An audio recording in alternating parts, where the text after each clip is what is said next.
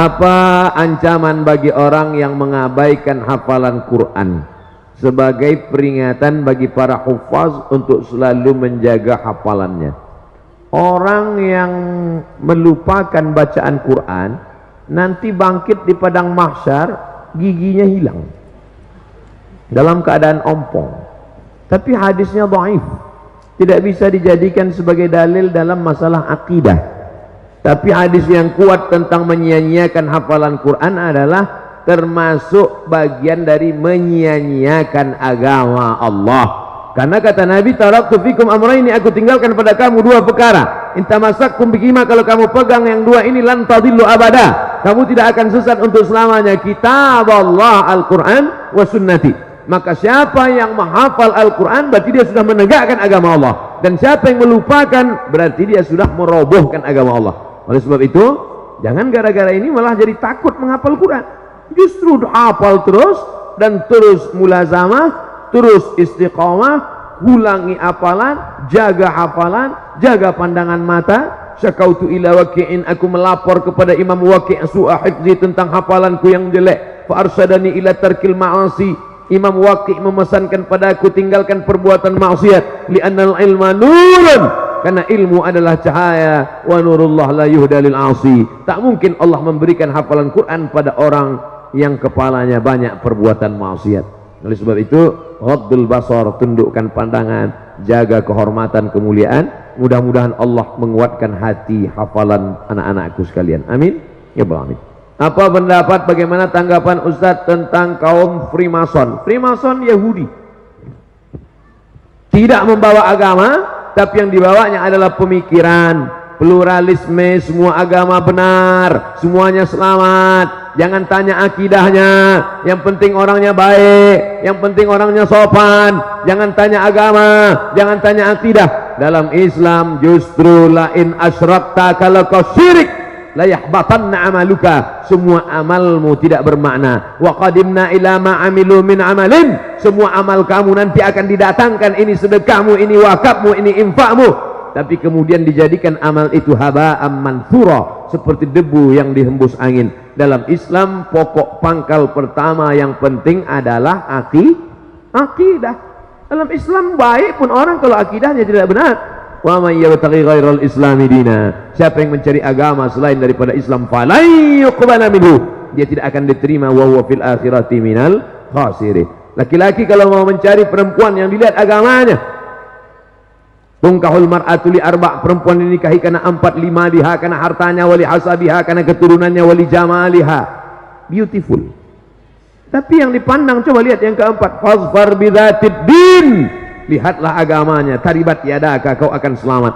Perempuan kalau memandang laki-laki, walinya, bapaknya, kakeknya, abangnya, adiknya, pandang laki-laki apa? Dua, idza ja'akum man tardawna dinahu, kalau kau lihat ada laki-laki baik agamanya, wa khuluquhu, baik akhlaknya, fazawwijuhu, nikahkan anakmu, adikmu dengan dia. Yang pertama dilihat dari laki-laki agama, yang dilihat dari perempuan agama. Jadi sekarang kalau ada Freemason mengatakan agama nggak penting, yang penting dia orangnya baik, yang penting gajinya besar, yang penting mobilnya mewah. Oh, nggak bisa begitu. Iya kalau mobilnya cash, kalau kredit. Ustadz, jika kita punya utang, ini udah cerita utang nih, belum dibayar. Ketika kita ingin membayarnya, kita tidak tahu di mana orangnya berada. Alhamdulillah. Bagaimana cara kita untuk membayar utang tersebut? Cari dia. Di mana nyarinya Pak Ustadz? Google.com. Sekarang dengan adanya teknologi mudah sekali mencari. Saya berapa kali cari teman SD, teman sekolah, teman pesantren, saya cari di FB ketemu. Efek positifnya bisa silaturahim, tapi ada juga efek negatifnya. Banyak yang CLBK, cucian lama belum kering. Tadi saya buat undangan reuni. Ustaz Somad tolong umumkan acara reuni anak SMEA. Hai saudara-saudara alumni SMEA sekolah anu, jangan lupa hadiri reuni pada tanggal sekian. Reuni tetap sambung silaturahim, awas jangan CLBK, waspadalah. Nah, oleh sebab itu reuni-reuni bagus, ya kan? Iya kata anak Ustaz. Nah, cari dia. Kalau sudah dicari nggak juga ketemu ahli warisnya, ternyata dia sudah meninggal, anaknya ada, bayar ke anaknya. anaknya juga nggak ada lagi Pak Ustadz. Maka hitung berapa hutangmu dulu, hitung menurut harga emas tahun 80 1 gram berapa. Kalau 1 gram sekarang 500.000, ikut dulu kamu hutangnya berapa. Kalau dihitung emas 2 gram Pak Ustadz, waktu itu berapa? 25.000. Sekarang 2 gram emas sudah 1 juta. Jangan bayar 25.000, karena 25.000 sekarang dengan dulu inflasi, harga tidak stabil. Yang stabil itu emas. 2 gram dulu berarti 1 juta sekarang. Bayarkan. Kemana bayarnya? Lembaga yang dinikmati orang banyak. Di mana itu Pak Ustadz? Yang paling berkah para penghafal Quran, serahkan ke Darul Quran Mulia untuk pembangunan masjid. Kalau Darul Quran mau nerima, bisa jadi Darul Quran Mulia nggak mau nerima. Pak, saya mau membayar hutang. Sudah kamu cari? Sudah. Hutang apa ini? Dulu Pak. Hutang apa? Saya malu mau cerita. Masalah apa? Dulu makan bakwan sering bayar. Kalau cuman bakwan jangan bawa ke Darul Quran, terlalu kecil brother. Serahkan ke lembaga yang dinikmati orang banyak. Apa itu? Panti asuhan, pondok pesantren, pembangunan masjid, panti jompo.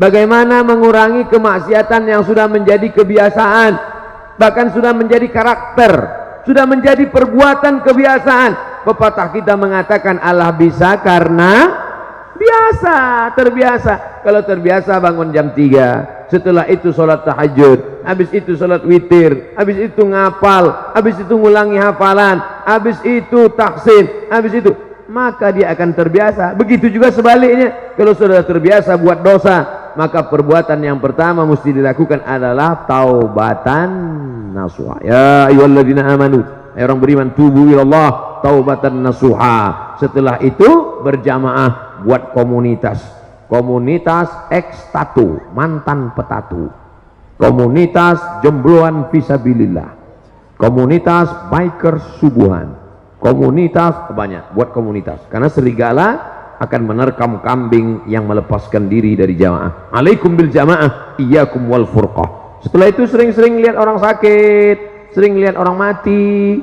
melihat liang kubur. Kalau perlu liang lahat itu dipoto, dijadikan wallpaper, biar supaya ingat terus.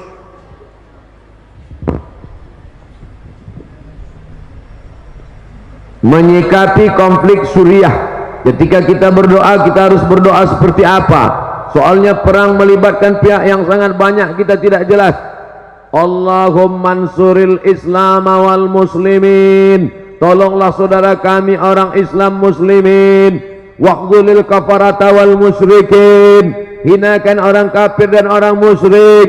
Allah mansur ikhwanana al-mujahidin al-mustad'afina fi Palestin wa fi Suriah wa fi Rohingya wa fi Uyghur. Nah, doanya begitu, minta tolong hamba-hamba Allah yang teraniaya. Dan jangan sangka Allah itu robot. Nah, ini perlu akidahnya benar. Masa iya Allah tak bisa membedakan mana hak, mana batil, mana orang betul, mana orang batil? Jadi jangan sangka, salah, nanti salah alamat doa saya Pak Ustaz. Enggak, minta sama Allah menolong mustad'afin yang teraniaya, Allah menolong orang yang lemah, Allah menolong orang yang terzalimi. Sudah muncul Imam Mahdi, apa betul Pak Ustaz? Ketika Habib Umar bin Hafiz datang 2 tahun yang lalu, kebetulan saya ikut dialog, diminta sebagai pembawa acara. Ada yang nanya, Habib Umar, ya, Imam Mahdi udah lahir apa belum? Kata Habib Umar, ente nggak perlu cari-cari kampungnya di mana, dia udah lahir apa belum, di rumah sakit mana, tahun berapa. Yang perlu dipersiapkan adalah iman dan amal soleh supaya bisa membedakan mana yang asli, mana yang palsu.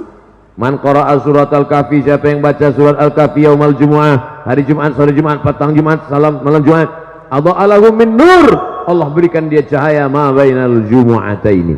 Siapa yang menghafal awal 10 surat Al-Kahfi di Darul Quran Mulia, mereka bukan menghafal awal Al-Kahfi, ujung Al-Kahfi, bukan cuma malam Jumat, tiap hari mereka membaca. Maka andai datang nanti mengaku-ngaku Imam Mahdi, datang nanti Dajjal, maka yang paling bisa membedakan insyaallah anak-anakku dari Darul Quran Mulia. Amin.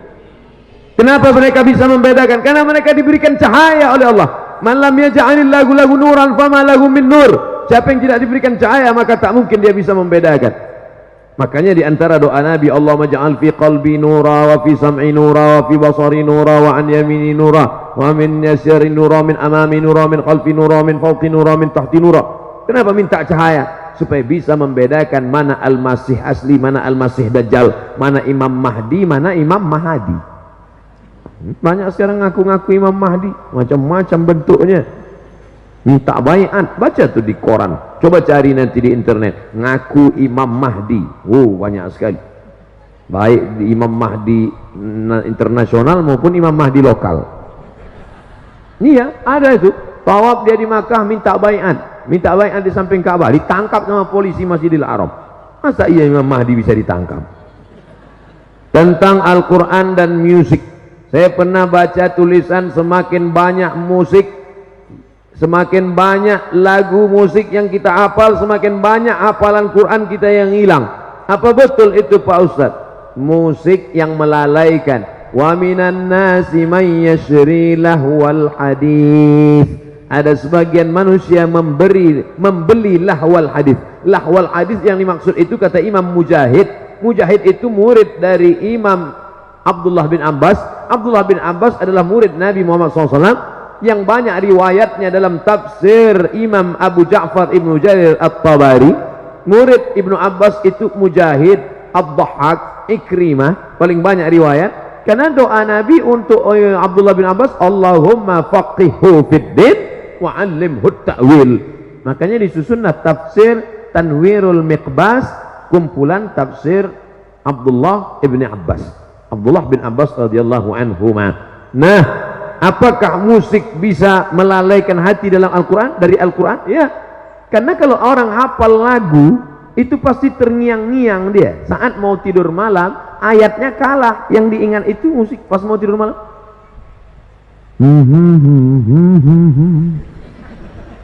Dia terngiang-ngiang. Sampai nanti pas mau sakratul maut pun bisa. Oleh sebab itu maka, tapi kalau lagunya lagu religi, lagu solawat, lagu yang mendekatkan kepada ingat mati, yang searah sejalan dengan Al-Quran, karena Al-Quran itu sendiri pun dibaca dengan lagu.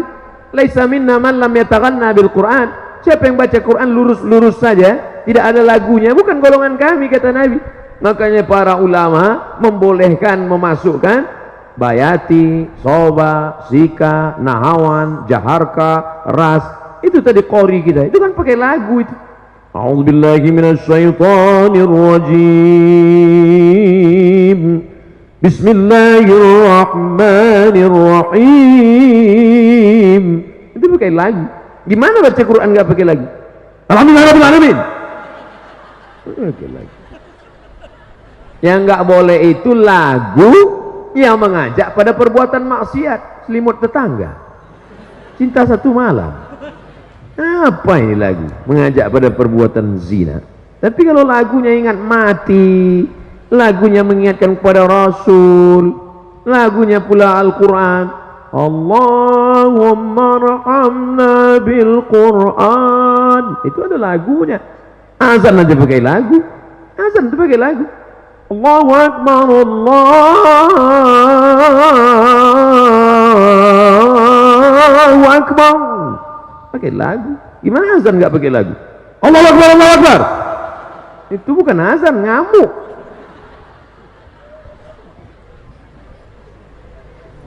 Jadi jangan sampai anak-anakku mendengarkan lagu-lagu musik-musik yang melalaikan dari Allah, karena dia akan membuat terngiang-ngiang dalam telinga, mengigau di waktu malam, bahkan lagi.